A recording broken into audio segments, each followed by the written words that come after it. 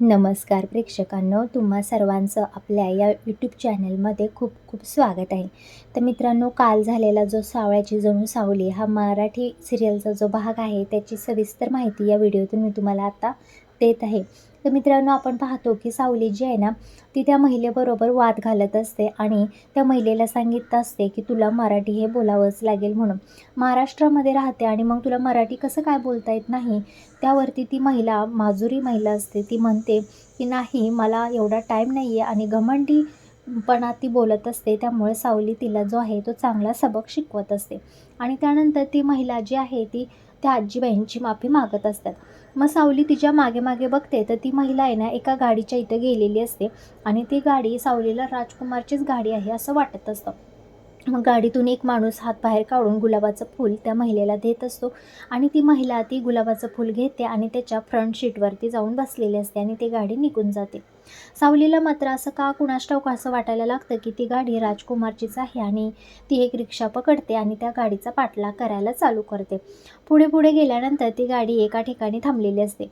पण यामध्ये सुद्धा सावलीला खूप काळजी असते अमृताची आणि ती मनातल्या मनात सतत विचार करत असते की हे देवा, काही पण झालं तरी मग ही जी गाडी आहे ना ती राजकुमारची नसू देत, ती महिला राजकुमारच्या सोबत नसू देत, म्हणून हे सगळं जे काही आहे तो माझा भ्रम असू देत. असा जर भ्रम माझा निघाला तर खूप बरं होईल विठुराया. आणि असं ती अमृता वहिनींच्या काळजीपोटी हे सगळं म्हणत असते. पण पुढे जाऊन ती गाडी एका ठिकाणी थांबलेली असते आणि तिथे गेल्यानंतर आपण पाहतो की सावली जी आहे ती बघते तर राजकुमारच चक्क त्या गाडीतून उतरतो. मग ते बघून सावलीला एवढं तिला आश्चर्यचकित वाटतं की अरे बापरे, राजकुमारचं असं काही रूप तिच्यासमोर आल्यानंतर तिला खूप घाबरल्यासारखं पण होत असतं आणि तिला खूप आश्चर्याचा धक्कासुद्धा बसतो. आणि त्यात आणि ती महिला खूप रागवलेली असते आणि राजकुमार तिची समजूत काढत असतो, तिला हातात हात घेत असतो आणि एक सरप्राईज गिफ्टसुद्धा तिच्यासाठी त्यानं आणलेलं असतं. आणि तो जो राजकुमार आहे तिच्या हातामध्ये ते गिफ्ट देतो आणि त्यानंतर तिला मिठी मारताना आपण बघत आहोत. तर हे सगळं जे आहे ते सावलीनं पाहिलेलं असतं आणि तिला खूप आश्चर्याचा धक्का बसलेला असतो.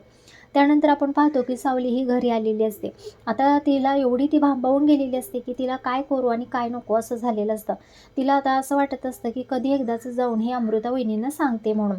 पण ती अमृता वहिनींचा चेहरा बघते, त्यांचा भोळा स्वभाव बघते आणि तिला वाटतं की अरे बापरे, आता ही जर मोठी गोष्ट आपण जर अमृता वहिनींना सांगितली तर त्यांना काय वाटेल ना. एवढं मोठं सांगितल्यानंतर अगोदरच त्यांना मूल होत नाही आहे, त्यामुळे तेवढ्या अपसेट आहेत, नाराज आहेत, दुःखी आहेत. मग जर आता आपल्या नवऱ्याबद्दलचं असं जर ऐकल्यानंतर कोणतीही बाई अगदी कोसळूनच जाईल. तिला खूप वाईट वाटेल. त्यामुळे सावली म्हणते काय करू, मी सांगू की नको? अमृता वहिनींना तर खूपच वाईट वाटेल. पण ती सावली विचार करते की पण आता हे कधी ना कधी तर त्यांना सांगावंच लागेल. नाहीतर पाणी आता डोक्याच्या वरून गेल्यानंतर काय करणार ना. त्यामुळे ती अमृता वहिनीच्या जवळ जाऊन उभी विचार करत राहते. अमृता वहिनी विचार करतात की अगं सावली, काय झालं, तू अशी का गप्प उभी आहेस? किती वेळ झालं मी तुला विचारते तर तू काहीच मला काही सांगत नाही आहेस. त्यानंतर सावली आपली गप्पच उभी असते तिथं. ती काय करायचं काय नाही ह्याचा विचार करत बसलेली असते की आता सांगू की नको सांगू हा विचार करते ती. पण ती म्हणते जर असं काही नसेल, ती जर राजकुमार दादांची फक्त एखादी मैत्रीण असेल किंवा कामातली एखादी जर बाई असेल तर मग काय करायचं? तर मग उगाच अमृता वहिनींना मी सांगणार, एवढा सगळा घरात ड्रामा होणार आणि असं जर समजा काहीच नाही झालं तर माझा गैरसमज असू शकतो हा. मला जर कुठली माहिती पूर्ण नसेल तर मी तरी कसं सांगणार अमृता वहिनींना, असा ती विचार करत असते.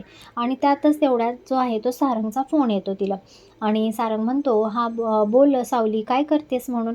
मी आत्ताच तुझा तो व्हिडिओ पाहिला, कोणीतरी अपलोड केला आहे व्हिडिओ तुझा मराठी भाषेवरती. काय गं तू भारी त्या बाईला सुनवलंस म्हणून.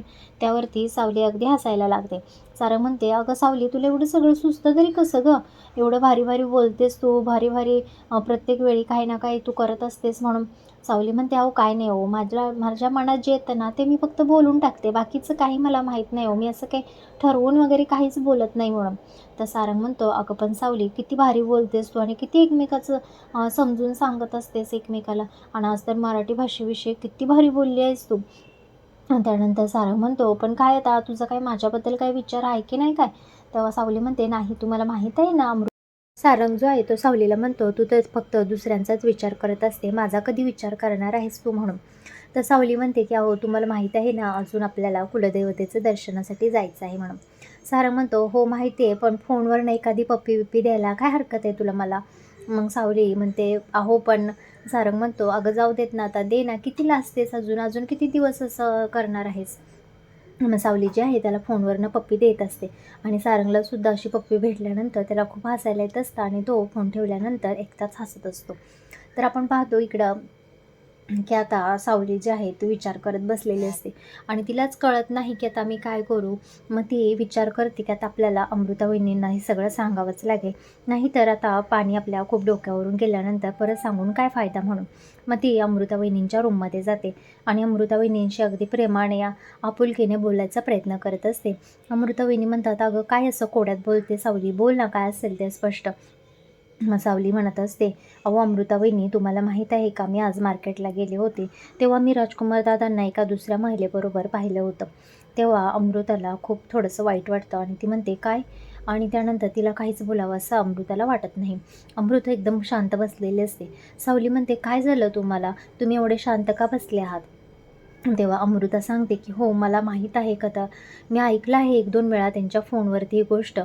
तर सावली म्हणते, "मग तुम्ही त्यांना काहीच का नाही बोलला म्हणून एवढ्या दिवस? तुम्ही मॉम तर एवढं तुमची बाजू घेऊन बोलतात तुमच्याशी, मग तुम्ही का त्यांना हे सगळं सांगत नाही?" म्हणून. तेव्हा जी अमृता आहे ती तिला म्हणत असते, की "अगं काय करणार सांगून तरी? जर चुकी माझीच असेल तर मी काय सांगणार ना त्यांना? तर म्हणजे मलाच मूल होत नाही आहे म्हणून राजकुमार असं वागत आहेत. नाहीतर त्यांचं माझ्यावरती खूप प्रेम होतं. पण मला त्यांना मूल देता येत नाही आहे म्हणून ते असं माझ्याशी वागत आहेत. पण यात पण त्यांची काय चुकी ना? जर मीच त्यांना मूल देऊ शकत नाही आहे, तर आता मी तरी काय करणार ना? असं रडत-रडत अमृता सावलीला सांगत असते आणि त्यामुळेच मी त्यांना काहीच बोलले नाही आहे. कारण की त्यांना बाप व्हायचं आहे. त्यांची जर खुशी बाप होण्यामध्ये असेल, तर मी कोण होते ना त्यांना हे सगळं अडवण्यापासून. त्यांना जर बाहेरून कुठून मूल मिळणार असेल, त्यांचं स्वप्न पूर्ण होणार असेल, तर मी कसं त्यांना काय अडवणार? आणि आता माझं वय पण वाढत चाललेलं आहे आणि आता अजून तरी माझं आई होण्याचे चान्सेस डॉक्टरांनी सांगितलेच नाहीच्या बरोबरच आहेत. मग मी तरी काय करणार सावली? सांग बघू तू. त्यामुळे मी हे सगळं मला माहीत असूनसुद्धा गपगुमानं हे सगळं गिळत आहे.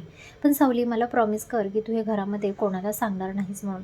आणि त्यानंतर सावली मात्र नाईलाजाने अमृताला प्रॉमिस करत असते. पण त्यानंतर आपण पाहतो की हे सगळं गुपचूप ऐश्वर्याने ऐकलेलं असतं आणि ऐश्वर्या हे सगळं ऐकते आणि तिला आता राजकुमारचा काटा काढायचा असतो.